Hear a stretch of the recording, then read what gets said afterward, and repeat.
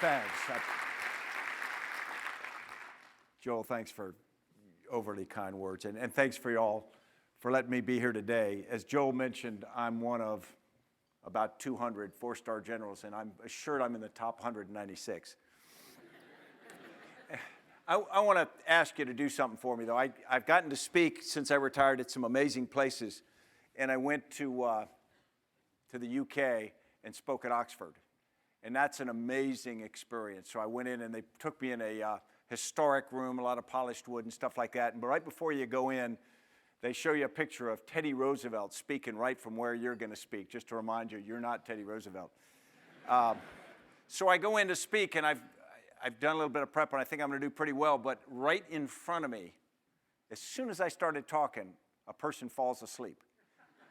And if you've ever tried to speak publicly and right in front of where your gaze is, person's almost snoring. It's really distracting, so I haven't been invited back. So, and that was Annie, my wife. So, if anybody here could help me just kind of poke her if you see her nodding off, that would be good. But, she's been special to me, and as Joel mentioned, go through a military career, there are points in life that are pretty big deals. And in the Army, when you get selected for Brigadier General, when you're promoted to that, it's a big step. You got about 24, 25 years in service. It's a big step, and it's designed to pump your ego up. And I was assistant division commander for an old friend of mine. So I'm in this ceremony with my parents present, Annie's parents present, bunch of friends. An old friend of mine pins this general star on me, so I am feeling very good about me. And so I slide up next to Annie and I go, Annie, in your wildest dreams, did you ever think you'd be standing next to me as a brigadier general? And she said, Stan, you're not in my wildest dreams. So, yeah.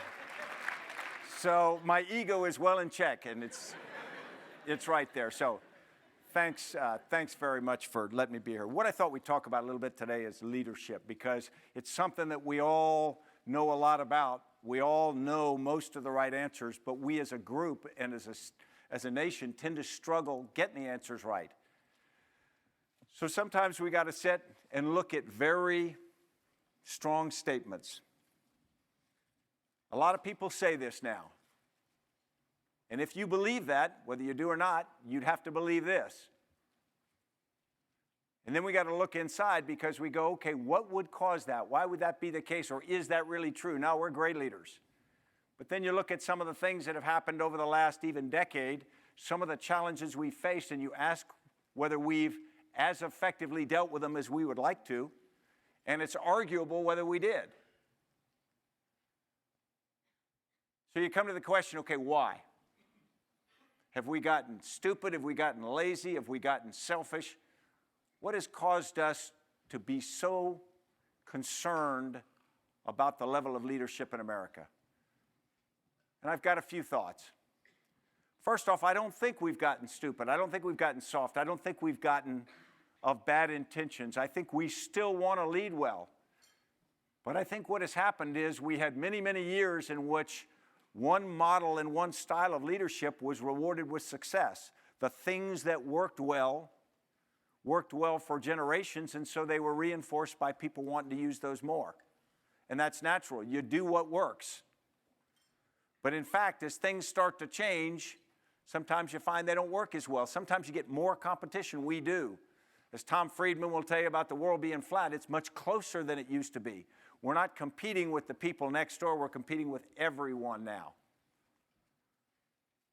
Also, things happen faster. We communicate faster. It all goes at a speed. You can't be in a front office and let things come up at the speed of paper through a bureaucracy and be relevant anymore. They're more complex. They've always been complex, but I'd argue it's probably more than ever. And, when you tell everybody to do something, if you're the great leader in the front office, they don't always do it with quite the speed or dedication that you wish they were. The discipline of a lot of things in our society, look at our political parties, don't respond like we think they did or like we think they should. And so what I think we've got now is a gap. We had a very successful model, or at least it was successful for many people, and suddenly we've got a requirement that's different from what we had, and so it's not working so well. Now, this was something that I think I personally experienced in my career in the military, and so maybe I can put it in that context. For me, where it began, in April of 1980, I was a young Special Forces officer, Green Beret, in Thailand. And thousands of miles away from where I was, something happened that changed the rest of my career. And I had no idea at the time that it would. And what occurred was, in the deserts of Iran, a mission called Eagle Claw, which was President Carter's directed rescue attempt to bring Americans captured, held hostage in the American embassy in Tehran, failed.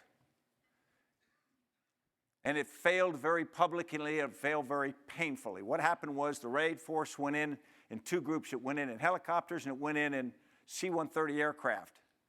And on the ground, the helicopter maintenance got to the point where they had to abort the mission. And that was disappointing. Then as they were moving to pull that force out, a C-130 fixed-wing aircraft and a helicopter collided, produced a fireball, killed 8 Americans, and caused the mission to have to be aborted, of course, publicly now. The tragic loss of life, the failure of an American mission to bring Americans home. And put this in context for you. This was about 5 years after America had pulled out of Vietnam in great frustration. And it was 4 years after Israel had pulled off the raid at Entebbe with tremendous success. So what happened was you had America, the forces that I was a part of, called to do a national mission and end in failure. And it was extraordinarily important. It was extraordinarily important not just because what happened, but because what people did about it. To a degree, I would argue that had that mission been successful, America's Special Operations Forces now, which you read and see so much about, wouldn't be what they are because people would have been satisfied with the status quo. Instead, what happened in that community is people said, never again. We'll never be called on and not be able to do what the nation asks us to do and needs us to do. And so a change began. And it started by taking some units which has existed and some units which were stood up, very specialized forces like the SEALs, Rangers, etc. And those forces were honed for the missions that people thought were going to be required. And very quickly, they became world class. I mean, they became as good or better than what anyone had in the world. And they became successful in a number of places around the world, Panama, Grenada, other places. They had extraordinary success in doing what the nation asked.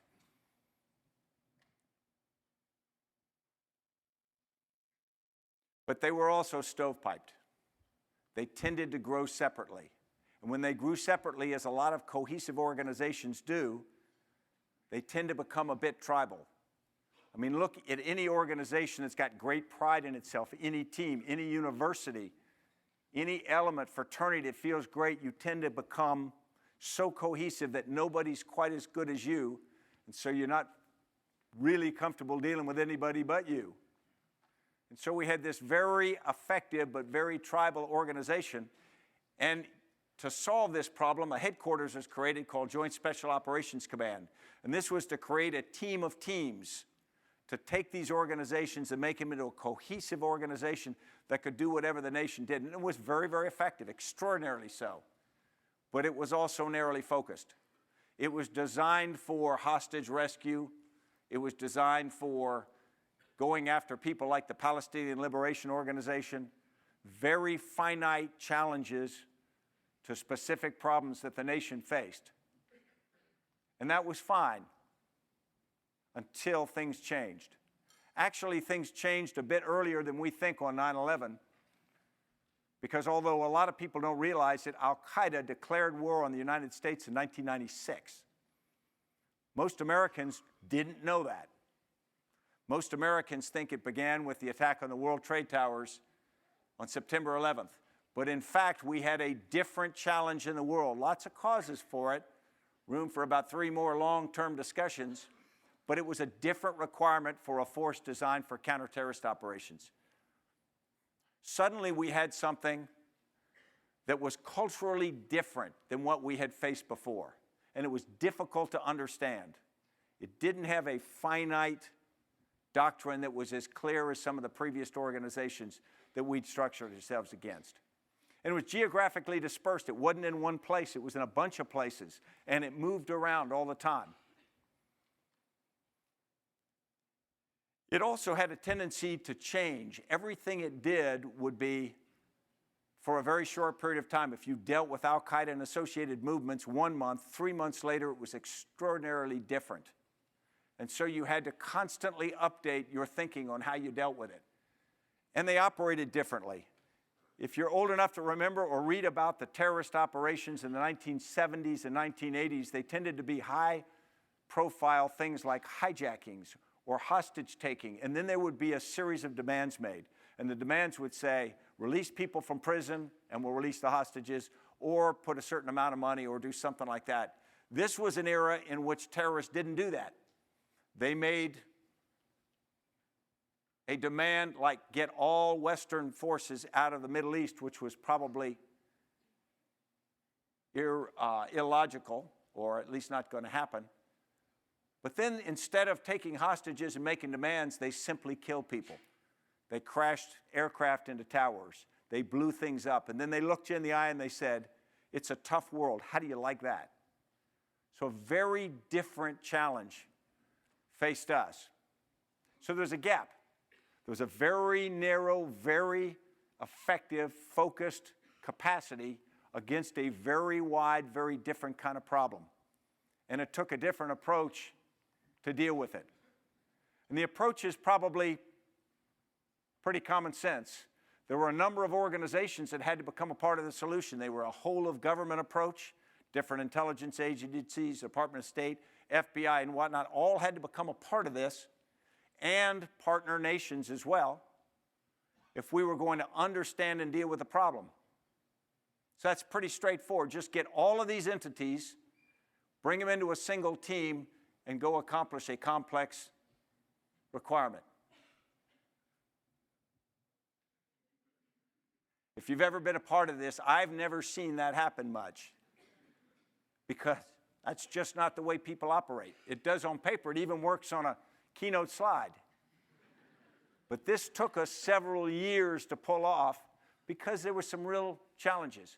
First off, we had a counter-terrorist task force that had all these forces in it, and I was the leader, but I wasn't in command.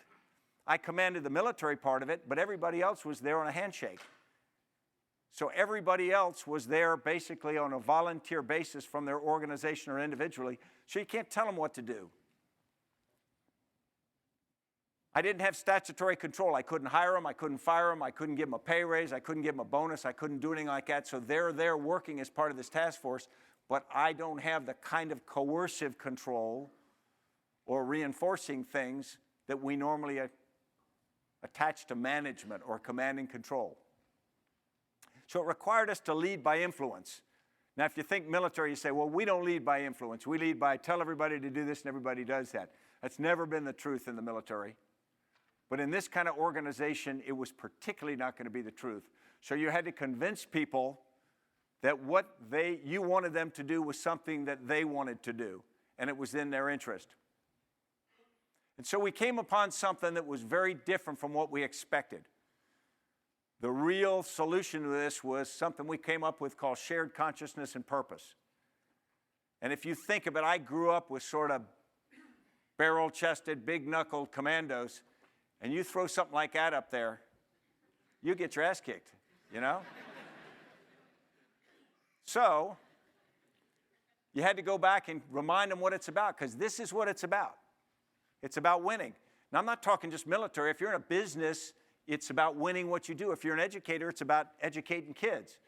There's some standard of winning in whatever you do, and that's what it's about.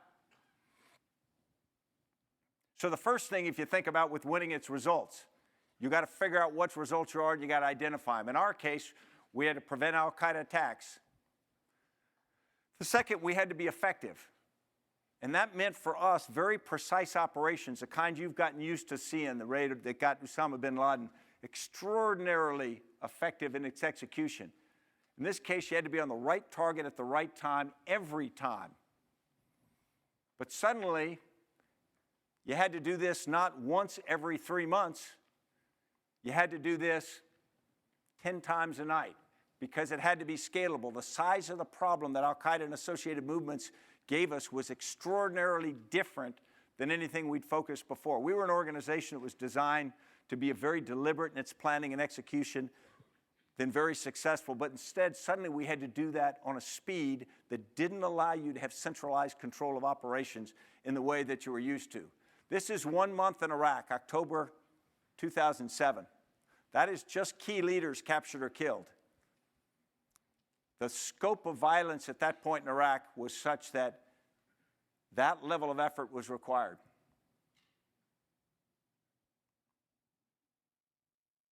So how do you get there? How do you do that? The solution's pretty clear. In a very complex, constantly changing environment, you got to be operating at the highest level ever, faster than anyone ever even thought about. So how do you get that mission statement from somebody? Do cold fusion by morning. So what's the approach to fixing this? How do you get there? This is the first reflexive way most organizations, and ours did. We're going to do what we already do. We're just going to do it better. We're going to become the best shots, the best pilots, the best everything in the world. We're going to execute so well, and we're going to work harder than ever before. The problem with this is there is a limit to physics.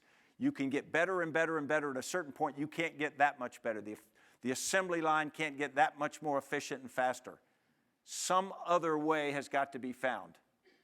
And this is what we came up with. Shared consciousness and purpose. We didn't put it in a big, fuzzy red ball for obvious reasons. And so we spring this on people, and this is great because, that's the obvious answer, right? And then that's the obvious question. I got it, boss. We'll do that. And oh, by the way, what is it? So what do we think it is? This is what we think it is, or what I think it is. It's everybody understanding everything. Obviously, that's an unattainable standard. But everybody having all the same information, not to draw all the same conclusions, but so that everybody has all the pieces of the puzzle, and the combined wisdom gives you the opportunity not to be dependent upon a single person or a few people to direct this organization. And then the second part of it is all these people across the organization feel like they own the mission. If you ask people what their mission is, it's not, hey, I'm here cutting this stone. It's I'm part of a team building a cathedral. And it's really a big change in many organizations. And it was a big change in our organization. So we came up with really breaking it into 3 parts. The first was designing it, and that's understanding what you're doing. We'll talk quickly about it. We're executing it. How do you actually do it? That's where most organizations struggle. And then finally leading it, because that's the most important but the most difficult part. So think about defining winning. We went to Afghanistan in the fall of 2001. We've been there ever since. And yet if I asked everyone in this room what the definition of winning in Afghanistan is, we'd probably get many, many different answers. When I went there in the summer of 2009 to take over, I had different mission statements from different headquarters. I was a NATO general and I was a U.S. commander, and I had 2 different mission statements, which is great. You just pick the one you want. You're always going to be in trouble. So you got to define winning. And then the second is you got to align your strategy. And we had 46 nations in Afghanistan. The bottom line is everybody's got to understand not just where you're going, but how you're going to get there. And if you think about any organization, if you don't have an agreement on how you're going to get there, you're going to struggle en route. And then defining team. What's your team for something? Typically when we define team, we want to say it's the people who wear the uniform we wear. It's the people who operate in the same organization. It's the people whose paycheck are signed by the same person. People in the same school, same hat, same sweatshirt, you name it. But I'll argue that's way too small. The team is whatever community is required to get the task done. So if you think about it, the team required to put this talk on today, the business school, obviously me, somebody had to get me here, somebody had to turn the lights on, somebody's got to produce the power for this, somebody's got to do all the different parts. I'd argue that's the team. And it's much more complex than you think. And one of the problems is everybody's got to understand they're on the team and feel like a part of it. So unlike just the group that is on the target, all the people, the medevac, the people flying Predator UAVs and whatnot, they're just as important as the people doing the actual task, because if they're not successful, the endeavor's not successful. And we've got to reward and motivate people as part of that wider team. Then building a network, we talk a lot about building networks, and that's building, typically we confuse that with just the information technology. We build connectivity to everyone, we give everybody a cell phone, iPad, computer, whatever we're going to use, and we say, okay, we've got a network. Well, in reality, you've got the potential for a network. A network is that connection that actually occurs that does something. Do people communicate? Do people collaborate? Do people operate more effectively because of that connectivity? And I would say that that's the goal, but they don't automatically. You've got to foster and force communication. This is a picture of Mike Bloomberg. That's where he works in New York City. That's a place called the Bullpen. It's a room a little smaller than this, and he sits in the middle. He doesn't have a private office. This is a billionaire mayor of America's biggest city, and he doesn't have an office. And you go in and talk to him, you say, well, where do you really meet people? He goes, right here. And if people want to talk to him, they talk to him right there, and it passes information, and it's extraordinarily effective. There he is.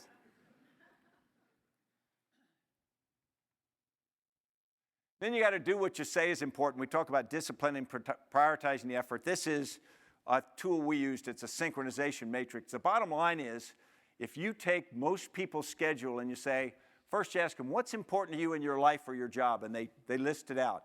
And then you take their calendar or their daily schedule and said, where do you actually spend your time?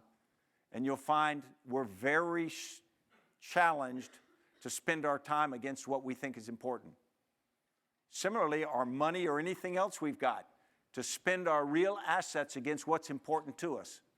And it takes rigorous discipline to make that occur. Then you've got to lead this thing. You've got to build relationships. There's a picture here of two gentlemen, President de Klerk, obviously, of South Africa, and Nelson Mandela. Now, they had two organizations, a white apartheid government and the African National Congress, and they were the leaders of organizations that didn't want to come together. Those two organizations were polarized, and it was producing violence, and it was likely to produce a lot more violence. So you had two leaders who had to make the personal decision to pull themselves into a personal relationship at great risk to themselves politically and even physically, so that their organizations would be pulled toward the center. Now, in my mind, that's leadership right there, because they led not only their organizations, they led the nation, but they did it through a personal relationship. And these are not two guys who met in a sports bar and hung out. One had to let the other out of prison so that they could build a relationship. Extraordinarily challenging, but extraordinarily important. Something that I'm very interested in is the American Civil Rights Movement. My family's from the South, and I got to watch it as a boy. And it was an extraordinary strategy. This is one of the few movements that ever followed a disciplined strategy of nonviolent protest that was successful. And it was a great strategy, and it was disciplined people, but it didn't succeed just because of that. It took an inspirational leader. In fact, leaders. We think of Martin Luther King, but they're actually more than one person. But it took extraordinarily inspirational leaders who were willing to stand up and take that role.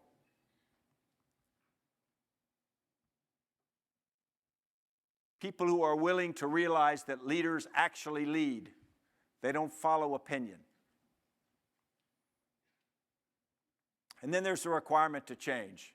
In combat, if you don't change, you pay a price. If you're at Lehman Brothers and you don't pay a price, you get a cardboard box. And so the organization either learns and adapts or it's gone. So what is this? It's shared consciousness and purpose. It's not a cycle that happens in sequence. It's a cycle that happens all the time. At the heart of it, it's communication. Without a doubt, it's more than communication, it's really leadership. And then in reality, and this is what scares people when you actually talk about it, it's culture change. Because why do people form a culture? Because it's comfortable and for them it works. And why do they defend it? Because it's worked for them. So as we go forward to what we call this now as cross-lead, but it's really some common sense forms of leadership. Now I want to talk just about a few leadership intangibles, and then we'll open it up for discussion, because there's an awful lot of this that is enduring, but it's worth talking about. That's my only Roman poet quote. It's the only one I know. But it's also important because if you think about leadership, think about people who've actually experienced it and had challenges. If someone's cruised on to success from birth, they're probably not going to have learned as much along the way as someone who's had to climb over a number of things. In business, politics, you name it. So let's talk about some of these. First is your personal interactions. You are, as a leader, extraordinarily important. You don't think of it. We're not raised to have big egos. When I was young, I never thought of myself as any other of the knuckleheads, and I was, and I still am. But when I was a battalion commander, I used to write personal notes, and one time I wrote a note to some wives in the unit that Annie had recommended I do because they'd done a lot of good work for it, and went over to their quarters, and one of the notes was framed. It was a handwritten note, just a thank you note, and they had it framed on the wall, the wife did. And you suddenly realize how important thanking people is, and how important you as a leader can be. You can have that impact. It doesn't mean you think you're a cool person, but it does mean you can touch people, and you should do that. So every time you have interactions, you got to figure out, how can I get this right? And you may have 150 in a day. And if you're a senior leader, for me, the litmus test I always told people was, if you talk to someone and they're going to go home that night and tell their spouse about the conversation, then you're a senior leader. And every comment you make to someone matters, because if you're flip or you're tired or you're cranky or whatever, they're going to go home and tell their spouse that. But if you're positive and upbeat and do the kinds of things you want to do as a leader, they're going to do that. And that's what you want to be. But your interactions are hard. I remember standing next to the hospital bed in the center, and that young Afghan soldier had lost both legs. And guess what? He's not going to get the kind of medical care there that we give our veterans here. He gets pretty good medical care, but then he goes back out into society. He doesn't get the kind of prosthesis that we would give our forces because they can't afford it. This kid asked me if we could get him legs so he could go back into the fight. So your personal interactions not only affect them, but if you're human, they affect you. And then there's time and energy management. You only got a certain amount. These are two brothers that worked for me for a number of years. This is their typical pose. There's only so much of you, and you can't create any more. You can't drink energy drink and get 3 more hours out of the day. You can try that for a while, but pretty soon what you'll find is you run out and the people around you fall down. So suddenly you got to do a couple things. One, you got to realize you're human. And the second, you got to realize the people around you are human. And you've got to take care of them just like you take care of yourself. Obviously, I did a good job of them. You're going to work up and out as well. We all get very comfortable dealing with the people that work for us, because they typically are going to be cheerier and more pleasant to us because we pay them or we rate them or whatever. But you're going to have to work up and out. In many cases, as you get more senior, the most important thing you do for the people below you is to work well with the people above you. And you owe it to them. You owe it to your bosses and your peers to keep them informed, to develop the kind of relationship. But every once in a while, you owe it to them to just reach up and say, hey, thanks, you're doing a good job. And we think of that as being a sycophant or sucking up. No, sometimes it's just senior people supporting each other. Because unless you're not human, you're going to need that. People ask me, when do I lead by example? I'll tell you, you're leading by example every moment of every day. Either a good example or a bad example, but you are. People watch everything you do. They don't watch just when you're up on stage giving the talk. They watch everything else. If you double park your car out there when it's not allowed, come in, give a great talk, and then other people say that, that's going to get out there, and pretty soon that's going to be that sucker who double parks. Hugely important. The guy on the left, I was talking to a British NCO.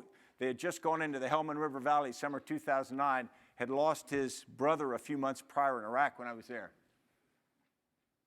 And so as you're dealing with people like that, you're showing them not just that you care, but you're showing you're willing to be in Helmand with them.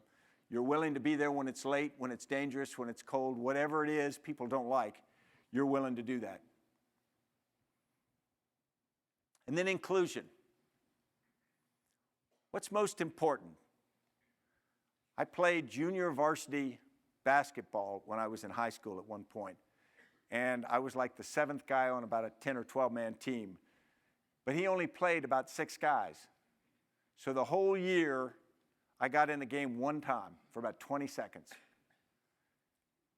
I got a shot off, and I hit it. I had the highest shooting percentage in the team. So I haven't got any phone calls asking me to the NBA, but the funny thing about it is when we drove to games, I wasn't excited because I knew I wouldn't get to play. And when we won, I wasn't excited or happy. And when we lost, I wasn't upset because I wasn't invested in it like I wanted to be. I wanted to be desperately. I wanted to have those feelings, but I didn't. Now think about it in your organization. If you don't share information, if you don't make people feel a part of it, are they going to celebrate the big win? I don't think, not unless they're different from what I was. It's extraordinarily important to make people feel like they're a part of the whole. And there are a lot of ways you can do it. But the first thing is just tell them. Just bring them in. Just trust them. Just give them something. And then the final is really leadership during crises. If you haven't had any crises, hang on. They're coming. You are going to face some. And the problem with a crisis, it's not like the movie where the crisis arises and you know exactly what to do. If that happens, it's not a crisis. It's the crisis when it arises and you go, holy smoke, this has never happened before. What do we do? And everybody looks at you. And that's the first thing that happens. Everybody looks at you. The picture in the center, this was when an American jet, at the request of a coalition force, dropped 2 bombs on some fuel trucks that had been hijacked by the Taliban. The problem is they were surrounded by civilians when they dropped them. And about 100 civilians were killed. Nobody tried to do the wrong thing. There was no evil. But about 100 civilians were killed.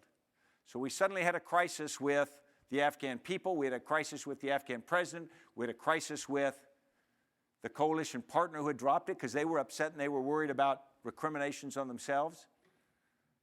We had levels of crises. So what do?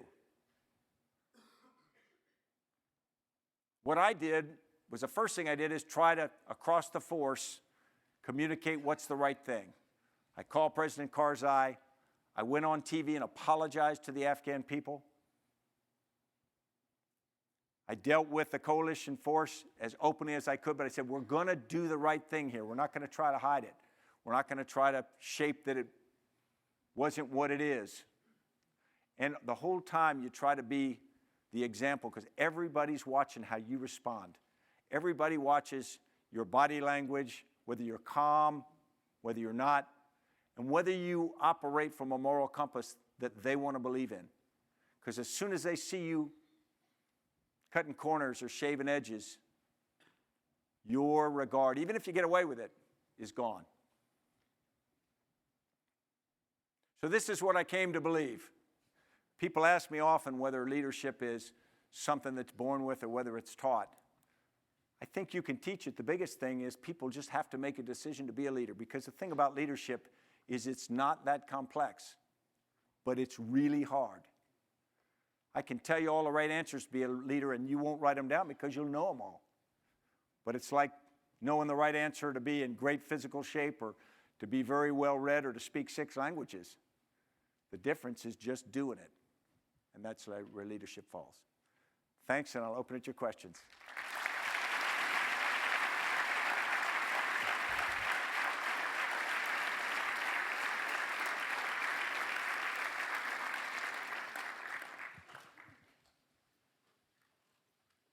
Sir. Hi, my name is Vivek. I'm an MBA 1. I wanted to ask you about, you mentioned time and energy management, and I wanted to ask you about that in the context of your own personal routine. Some of us were talking before the talk. We've read that you only need 4 hours of rest each night, that you eat 1 meal a day so that you don't feel sluggish, and that you run, depending on the accounts we read, 8 or 10 or 12 miles a day. And one of us read that you went running with David Petraeus a couple of years ago, and he learned that he wasn't the fastest person at that Army base. And so what I wanted to ask was, what advice did you give to the officers who worked for you, and you would give for us, even though most of us won't be going into combat situations, about staying fit and healthy and prepared to take on the task of leading, how we structure our days so that we don't waste time and get the most out of every moment in each day? That's really great. First thing is you should hire my publicist who comes up with all that stuff. No, the reality is, and since I'm among friends here, I'll be very honest. Yeah, I eat 1 meal a day, and that's just because I do feel sluggish if I eat more than that. Now, that meal is of prodigious proportion. It's, I describe it as anything I can reach until I fall asleep. So, it's just a habit I got in many, many years ago, and so it's just one of those things. In terms of the amount of sleep, I slept about that because that's how much time I had. If I had more time, I'd be happy to sleep more. And I certainly, when I get the chance, I do. But I did find out that that's about the balance that I needed to, at that point, to do the things I did. And so what I tried to do was hit a balance that made me feel right. I got up early in the morning and worked out because that was important for me to get the day going. Then I had some quiet time alone to work. Then I did most of the day and visit troops and all. And then in the evenings, I start to fade in energy. And so what I learned to do was put those things that don't require analytical thought later in the day. I mean, my staff would learn not to come to me for really good decisions at night. But I could sign stuff. I mean, I could do, those kinds of things. Yeah. I mean, you got to know your limitations. But I also learned to have people around me that really understood. I was very transparent about my battle rhythm and strengths and weaknesses that could fill in the gaps, but could also know when I'm best in the day, how much sleep I need. I had a certain, guy I worked with that just was very protective of that. At times he'd say, stop it, go to bed. That sort of thing is important. I think all those things are really important on a couple levels. One, when you're in an organization, people want to know that you are somebody that they have respect for. I think if your health is in a shambles, if your finances are in a shambles, if your personal life's in a shambles, you're not going to build as much confidence in them as if you got your act together. So it's just like if they see you cheat on your taxes, and they wonder how you're going to deal with them in a business sense, they're going to do the calculation. If he lies to the U.S. government, he might lie to me too. All those things matter, and I think you don't need to make a big publicity about it. People will watch you enough to know whether you've kept up. But it's not something just for you. You owe it to them. Thanks. Hi, sir. Rob Simmons, class of 98, company C2. I'm here in the ed school and thinking a lot about unit readiness and how leaders assess their collective units. And especially under circumstances where they're doing something new, like a new product or a new development, or in your case, a new Afghan unit getting ready to do something. And kind of what are the metrics and what are your thinking around that we can benefit from? Yeah, I don't know if you'll benefit from it, Rob. Thanks. The key thing about metrics is we tend to measure what's easy to measure, and we tend to struggle with measuring the things that really tell us what we want to. What you're trying to measure in a new organization is, can it do what the organization is designed for? And so until you get a chance to use it, you're trying to create the analog of that, and how many ways can you measure it? In military units, we would measure how much equipment they had, how many senior leaders, do they have the right number of people, do they have the right ranks, do they have the right amount of equipment? it tells you some stuff, but it's a predictor, but it's not any guarantee that that organization can function. And so, obviously, what I would do is those basic ones are pretty empirical. I would then try to develop some tests which tell me how they do. The first would be cohesion, though.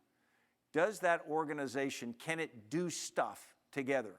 And so, to a degree, even if the organization's task was to do something you can't measure, let's say, if their task is to put out forest fires, but you can't go light forest fires to check if they can do it, I'd go, well, you can, but what I would do is I'd say, what do you really need to fight a forest fire? You need people who are pretty physically fit, you need people who understand the science of it, and you need people who work together as a team. And if I had to go find something that requires them to work together as a team and maybe think a little bit in the process, I'd do that. Some physical things that, tasks that go as team sports, I think would be very, very good. For more complex things in business, you're on your own. Thanks. Thank you, General, for coming. My name is Mubarak Imam, and I'm curious about what actions do you think the U.S. and Pakistan can take to make Pakistan a safer place? That's a great one. If you go back and you look at the history between the United States and Pakistan, of course, Pakistan formed in 1947, it's been uneven. There's been a series of periods when Pakistan felt as though they were the better partner for America during the Cold War, during the 1980s when they were the conduit for support to the Mujahideen, during 1970 when Henry Kissinger went through Pakistan in preparation for the China trip, preparation for the China trip that Nixon took. Pakistan felt like they'd done more than America was doing in return. And then it goes turnabout, and there are periods where America thinks that America's doing more and Pakistan is supporting the Taliban or supporting Lashkar-e-Taiba or you name it. So this huge amount of mistrust. I think the most important thing we can do is everybody step back and do a reset. People think, what's the most important part of our relationship with Pakistan? And that's Al-Qaeda. And I would argue it's not. Al-Qaeda matters. But if you look at Pakistan's strategic interests, which are security from India in the region, its economy, its management of water, which is a problem, its management of electricity, and the fact that Pakistan has never had a civilian-to-civilian government transfer. It's always, of 64 years of history, 32 have been military leadership, 32 have been civilian. What Pakistan needs is help shaping itself for its big strategic challenges in the world. And I'd like to believe America can be a partner for that, because America benefits from the idea of Pakistan being, 170 million people, as a stable nation in that region. So I think we've got to raise the discussion a little bit higher to the strategic level, and we've got to stop poking each other in the eye on some of the more tactical things. There are different tactical objectives, but the biggest thing is trust. I mean, we are at this point now where the deficit of trust makes everything hard. And if we could work on one thing before we work on anything else, it would just be trust over and over. I know that sounds simple, but it's like leadership. Answer's simple, executing it's really hard. Thank you. Thank you. Ma'am. Hi, thank you so much for being here today, General McChrystal. My name is Rachel Brulé. I am a PhD student in political science here, and I actually had a little bit of a chance to observe some of your great work when I was at Special Operations, Low Intensity Conflict, working on Afghan reconstruction under Colonel Dallas Brown. But I had a kind of more conceptual question to ask you, going back to one of the final themes of your presentation on the importance of cultural change. And so I wanted to push you a little bit more on that and to say, when you're thinking about cultural change, that's not just between individuals, so you're not just talking about leading by example, but you're really talking about kind of, group level changes across groups that you can't influence or interact with individually. How do you think you help to bring about reflection and really fundamental cultural change? Yeah, great, Rachel. That's tough. I've already got Joe Felter here. You know more about it than I ever will. Joe ran the counterinsurgency advise and assist team in Afghanistan, and I just listened to him. So that which went well, I get credit for. That which doesn't, there's the scapegoat. No, and that is a leadership maxim I would offer you all. The first thing you do in any endeavor is designate a scapegoat. you know. Make sure it's not you. And it's good if you tell them in advance. So, no, cultural change is huge, and it's easy for me to say. The problem with culture is they're there for a reason. Look at the U.S. Civil Rights Movement. When the case of giving all Americans their rights, it wasn't just a case of, okay, we'll give everybody their rights. The problem is that comes at someone else's expense. Whether it's really them giving up money or something, no, it's giving up. Some people in the South perceived that they were going to lose their position in society if everybody had equal opportunity. And so you have this great, why should I buy into cultural change if my life's going to be harder, or my part of whatever it is I'm interested in is going to be less? And you have to convince people that, one, it's typically not a zero-sum game.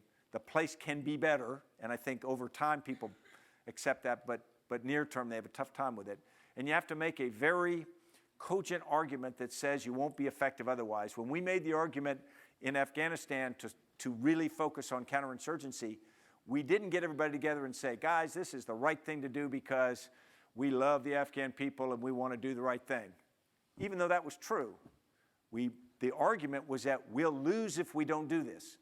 This is the only way to succeed. And that's interesting because people drop back and they go, wow, really? I say, yeah, absolutely. And so then you can push cultural change if they think that's what has to happen to move forward. You know, the South had to change. The Mubarak regime, Egypt had to change. But a lot of people, Syria has to change. But think about it now. There are a lot of groups in Syria for whom change will be cultural change as well as political change. So they're holding on very strongly, to be expected. So you got to make that argument to them, but then you got to accept that there's a group of people who are going to lose equities in the near term. And you kind of have to power through that. It's not going to, most cultural change is not entirely voluntary on groups or people's parts, as you know. Thanks, Rachel. Oh, sorry. Ma'am. General McChrystal, thank you so much for your service to this you. country and for being here today. My name is Colleen Mizuki, and I'm a member of a nascent institute looking at innovative ways to help our veterans after their deployment to a combat zone. And very, I think importantly, I also volunteer to work with soldiers and family members in the reintegration process. So you talked about, leadership not being complex but very hard. And I think that for me, what underlines everything you've talked about and, say, counterinsurgency approach in Afghanistan is mindset change. So I wonder if you have some words of wisdom that I can pass on to soldiers that I work with in helping them understand that after very difficult experiences in combat, how can they accept that mindset change is possible, that it's not complex, but it's also not very easy? Thank you. That's a great point. Thanks for what you're doing. Mindset is extraordinarily important. What you do, why you did it, and what you did is important. And if you think about veterans, sometimes they don't have a problem going, but when we ask someone to go into the military and go to war, what have we really asked them? You say, well, we've asked you to take a job and do whatever. No, we've really asked them to believe. We've said, we're asking you to push the I believe button in your nation, in your leadership, and the fact we'll take care of you. I mean, it's a huge leap of faith for a young person to go in the military and go forward to combat because the nation says, hey, we love you. They've bought into that. They believed. Now there's the second part of it. I used to go around to battlefields and places in D.C. and whatnot, and I'd see monuments. And I'd say, wow, this is a monument to the ego of the people who were there, and they really just want their head patted for the fact they did that and whatnot. And that's not it at all. As I got older, I realized that's the opposite of it. When you go to a monument like the World War II Veterans Memorial there in D.C., what you really see is of the 8 million Americans who served in uniform and then all the families who were touched by it.